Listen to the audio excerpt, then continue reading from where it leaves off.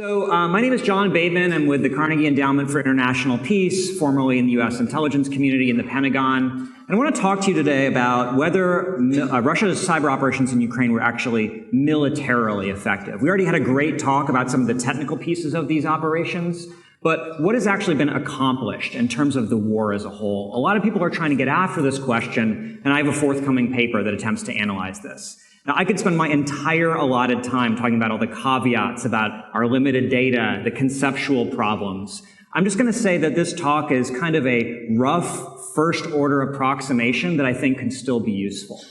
Now, if you were to try to answer this question, how militarily effective has Russia been in its cyber operations, you might want to break it down further. You might want to make some sub-questions out of that. So the first thing that you might do is you might try to make a one-for-one comparison between cyber effects operations, or what the US military might call fires, and kinetic operations, envisioning cyber as a weapon system. What have been the comparative effects of each? Next slide. Thanks. So this chart tries to go through different categories of Ukrainian targets of interest to Russia and compares some publicly available data about what we know of the effects of each. So let's just start at the top. The dog that didn't bark here is that there's no known information that any Russian cyber operation has compromised or destroyed any piece of Ukrainian military equipment, whether Western provided or otherwise. Well, what about military communications? What about the Viasat hack? This is still a very debated event, and I think the best that you could say about the Viasat hack from Russia's perspective is that it plausibly contributed to some of the communication problems that Ukraine had in the earliest days of the war. But really, the true cause of those problems was very effective jamming and electronic warfare that Russia was doing, and Russia has continued to do that throughout the war, whereas the Viasat hack was a one-time event. You could continue on going down the line here. No known actual takedown of Ukrainian electricity via cyber means. Meanwhile, right now, there are actually millions of Ukrainians that lack power due to kinetic strikes. I think this final row is actually my favorite because if you want to think about the general purpose cyber weapons that Russia has, this would be destructive cyber attacks. And we saw a historically unprecedented spate of these. Microsoft counted about 50 in the first 4 months of the war. Well, during that same period, Russia launched over 3,000 missile strikes, and at one point was using 20,000 artillery rounds a day. So I think it's very clear that on a one-to-one basis, cyber has been far less consequential than anything on the battlefield. Now you might be saying, John, okay, but this is very simplistic. Cyber weapons are not like kinetic weapons. They can have tailored reversible effects. They can have cascading effects. Okay, let's look at that. Next slide. So my argument is that the unique benefits of cyber really haven't been leveraged by Russia either. So Russia really has never had a strategy in Ukraine, maybe other than the first few weeks of the war, for limiting the actual effects. So the idea of having tailored effects that limit permanent or collateral damage really is not part of Russia's strategy. The same thing about geographic reach, deniability. These have really been kind of beside the point for Russia. Russia is able to reach anywhere it needs within Ukraine, and deniability is not worth that much when much of the world thinks of you as kind of the modern face of evil now. So hiding behind some APT persona is kind of pointless. A lot of people look at cyber operations as cost-effective, and that's true to an extent. But once you're in a wartime environment, there are tremendous fixed costs on the kinetic side. And so, for example, Russia has huge stocks of ammunition, and it can launch thousands of missiles and hundreds of thousands of artillery rounds. It actually hasn't been able to scale its cyber effects operations to anywhere near the same degree. Next slide. Now, you might be saying to yourself, okay, but what about all the intelligence operations? Hasn't that been effective? Well, there's really two problems with the use of cyber as an intelligence operation in wartime. One problem is that you need to generate intelligence that's unique, that can't be gotten from other sources. So if you want to think about Russia's kinetic strikes, satellite imagery can tell you a lot of what you need to know in order to define that airport, find the aim points, confirm its importance. Really, the idea of using a cyber penetration on that airport to somehow refine your targeting of that, it doesn't really make a lot of sense. The other thing that is really a limitation is that Russian institutions actually need to be limber and objective and coherent and honest enough to actually ingest and use any cyber operations intelligence that they get.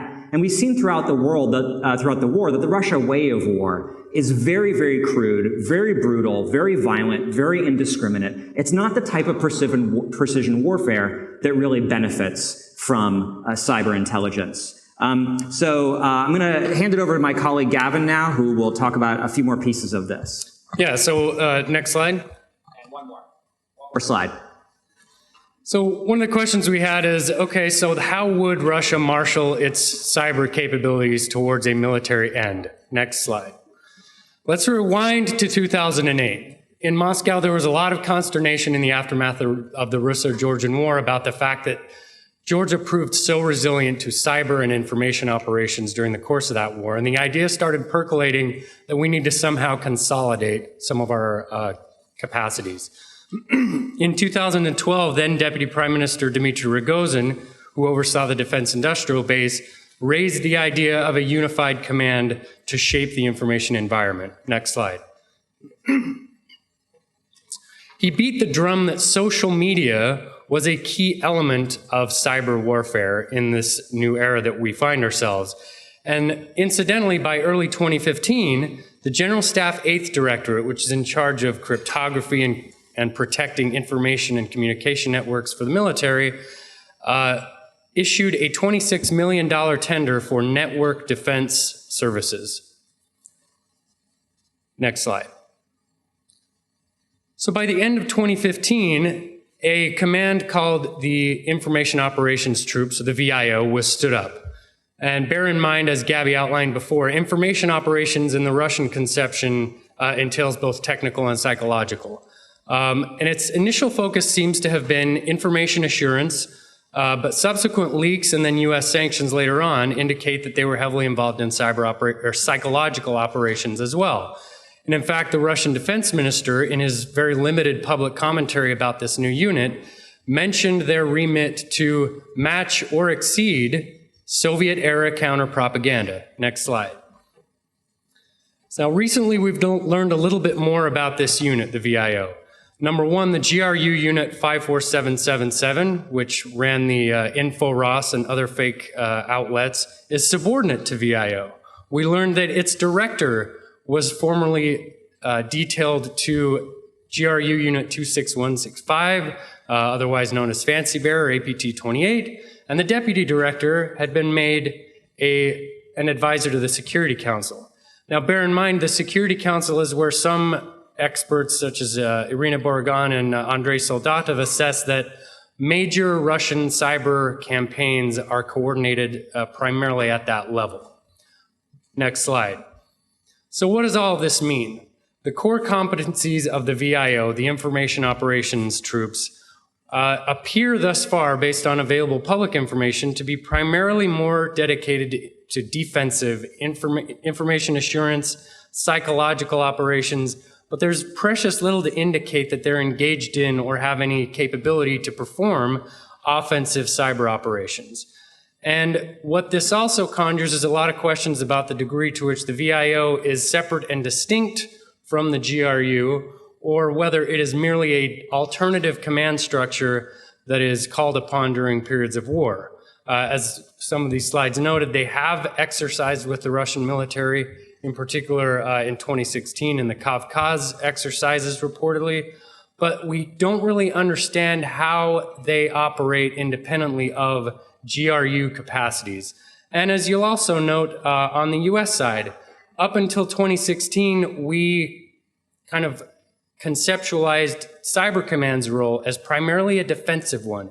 It wasn't until after 2016 that there was really a push for offensive capacity. So in a lot of ways, Russia appears to be struggling with the same issues that the United States and other Western nations do in putting together a command unit that is coherent enough and has the capacity to surge towards military objectives when called upon. And that's something, as author Max Smeets recently wrote, most countries with sophisticated cyber capabilities are currently struggling with and will continue to struggle with. So it remains to be seen whether VIO is a wartime command structure or merely an amalgam of extant GRU capacity.